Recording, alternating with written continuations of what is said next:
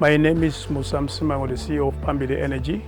We are a biotech company that has developed our own pyrolysis plant that produces green chemicals, green biochar, and we varialize them into various products, like pharmaceutical ingredient products, fertilizers, as well as various other chemicals that are good for the adaptation as well as decarbonization program. The seed funding has assisted us greatly, in a number of ways in terms of profiling our product, preparing it, testing, and getting it ready for the market as well. It has benefited us positively in a number of ways, particularly when you look at startups like us in this space. There's always a challenge with your market. People not trusting a new product and that new innovations. So I think what has happened is that the collaboration that is within the program is also assisting us to find each other in terms of market. Other of the participants in the program have got needs, have got a need for some of our products. So we are able to collaborate and open up some markets within that space as well. And it has also benefited us in terms of also assisting us to adapt to the climate change program in terms of the water and energy, because it's something that we're always not looking at it, but it is assisted us to confine that our programs and our processes and that as a company towards understanding what impact positively we need to also do towards adaptation in terms of the energies.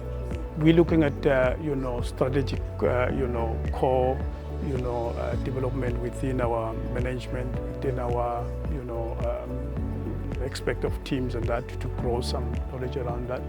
We're also looking at improving our operational efficiency as well. There are a few things that we need to align ourselves with and some objectives, and also streamline some of the processes that are not necessarily needed, and some of them to help us adapt into the future.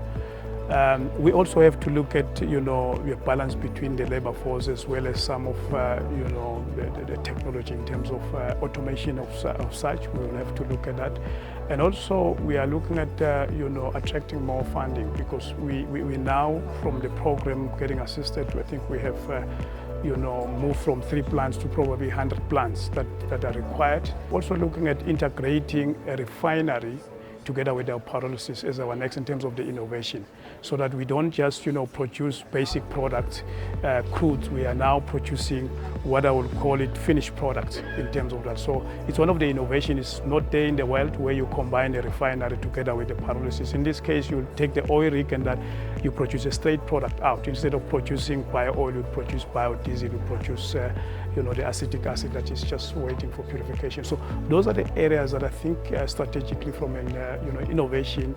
We have oil sheiks, usually with mostly the Arab nation. They are oil sheiks. We are looking at positioning ourselves as one of the biomass sheiks that are varializing in the equal opposite side of fossil fuels, that we produce all this in a green environmentally and assist other companies to adapt. So we're looking to be a global player within the biomass space. One of our basic plant produces, it creates about over 203 jobs. If you look at what we want to do in the first rollout of 100 plants, you multiply that by 200. And these are green jobs, by the way.